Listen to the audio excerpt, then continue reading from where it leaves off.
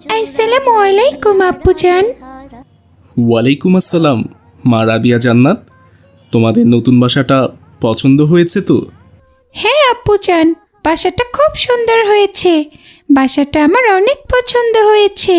আচ্ছা আব্বুজান, আমি স্কুলে ভর্তি হব কবে? খুব শীঘ্রই তোমাকে স্কুলে ভর্তি করিয়ে দেব মা। আব্বুজান, আমি তো আগের স্কুলে অষ্টম শ্রেণীর ফাইনাল পরীক্ষা দিয়ে এসেছি। তাহলে কি আমি নতুন স্কুলে আবার অষ্টম শ্রেণীতেই ভর্তি হব? না মা রাদিয়া জান্নাত, অষ্টম শ্রেণীতে কেন, তুমি নবম শ্রেণীতে ভর্তি হবে। রহিমা, যাও, দাঁড়িয়ে আছো কেন? রান্না করো গিয়ে, খুব ক্ষুধা পেয়েছে। অনেকটা পথ জার্নি করে এসেছি তো। আচ্ছা ঠিক আছে রাদিয়ার বাবা, আপনি ফ্রেশ হয়ে আসুন, আমি খাবার রেডি করছি।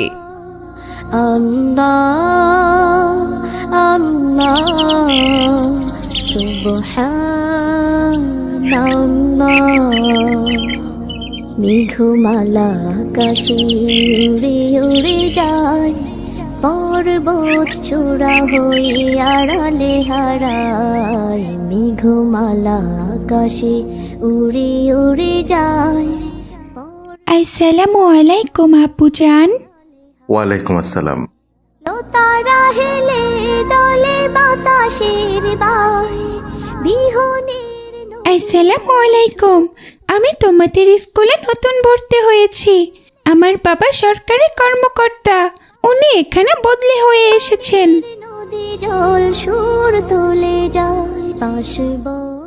কি ব্যাপার সহপাঠীরা, তোমরা কেউ আমার সাথে কথা বলছো না কেন? তাহলে কি তোমরা কেউ আমার বন্ধু হবে না?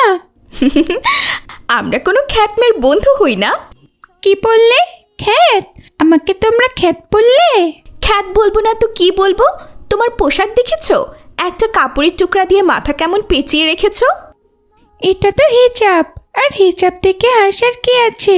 হিজাব তো ইসলামের পরিচয়, আর নারীর পরিচয়ও হিজাবে। তাহলে তোমরা হাসছো কেন? শুনেছিস তোরা এই বোকামের কথা? হিজাব নাকি নারীদের পরিচয়।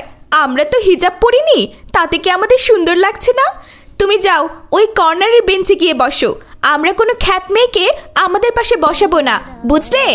মেঘমালা আকাশে উড়ে উড়ে যায়, পর্বত চূড়া হয়ে আড়ালে হারায়।